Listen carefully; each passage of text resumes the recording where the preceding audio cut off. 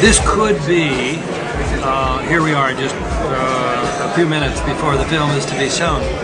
This could turn out to be a landmark event. This could be something that really changes the face of the 9/11 movement. The 9/11 is the paradigm of the fabric of lies and of deception. The mass media is lying. That means those who should control the politician are lying, are the first who are lying. I propose simply to change the situation, to begin to attack them on their territory, going on TV where they are the master, and attacking. Well, we have to organize a movement. The battle, the modern battle is here. The media, mainstream media, has changed politics and our life, and our way of thinking, and our way of love, and our way of hating, and so on. This is a new situation where we are. That means we will work for the truth on 9/11 and for our liberty, for our mass liberty.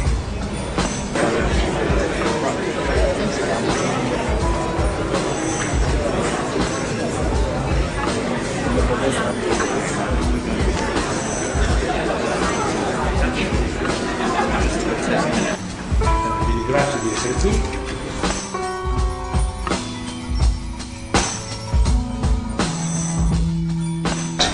Former president of German Bundesbank said there were some good options to buy up some stocks of United Airlines and American Airlines. And for politicians to say something is one thing, but for the president of Central Bank of Germany to say something is more serious and more credible. After my time here and my participation into the NGO meeting in Amsterdam later this week, I'm going back to report to wider group of politicians in Japan.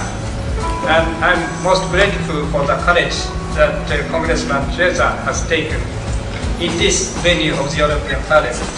If we work together, I think we can be a majority to be backed by many citizens of the world.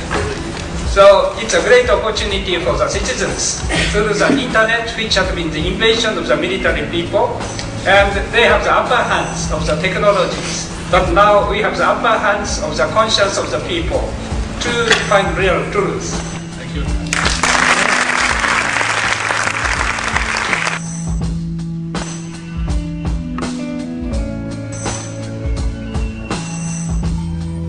Now, the best known contradiction probably is the Mineta-Cheney story. The Secretary of Transportation, Norman Mineta, reported to the 9/11 Commission that when he went under the White House to the underground bunker, he got there at 9:20 and Vice President Cheney was already there.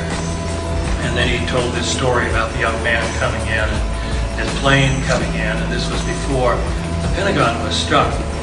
Well, when the 9/11 Commission wrote its account, they said Cheney got there at almost 10 o'clock, perhaps 9:58. So you had a divergence there of about 45 minutes. That's a pretty serious contradiction. Richard Myers, General Myers, who was the acting chair of the Joint Chiefs of Staff, so he was the the senior military official in the Pentagon that day.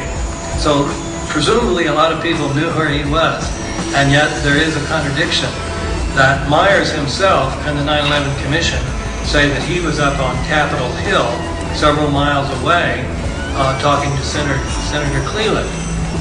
But Richard Clark, when he wrote his book, Against All Enemies, reported that he headed up a video conference from the White House and that Richard Myers was in the Pentagon participating in that video conference. So here we have a pretty serious contradiction. Ted Olson reported to CNN that his wife had called him on a cell phone from Flight 77. And this was the proof that Flight 77 was still in the air, and therefore helped support the view that Flight 77 was what hit the Pentagon.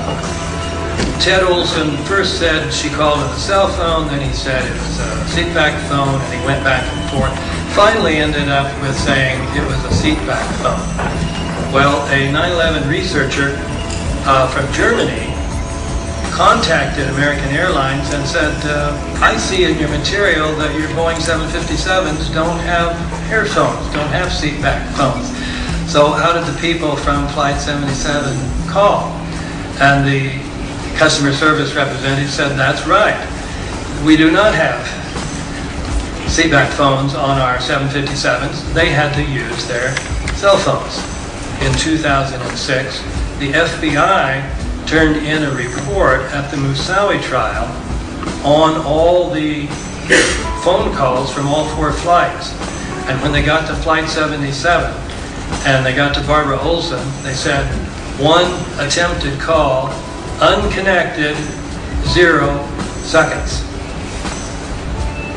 Now this is pretty astounding. The FBI is part of the Department of Justice. And yet the FBI said that the former Solicitor General of the Department of Justice, Ted Olson, that his story about Barbara Olson is not true. She did not call him twice.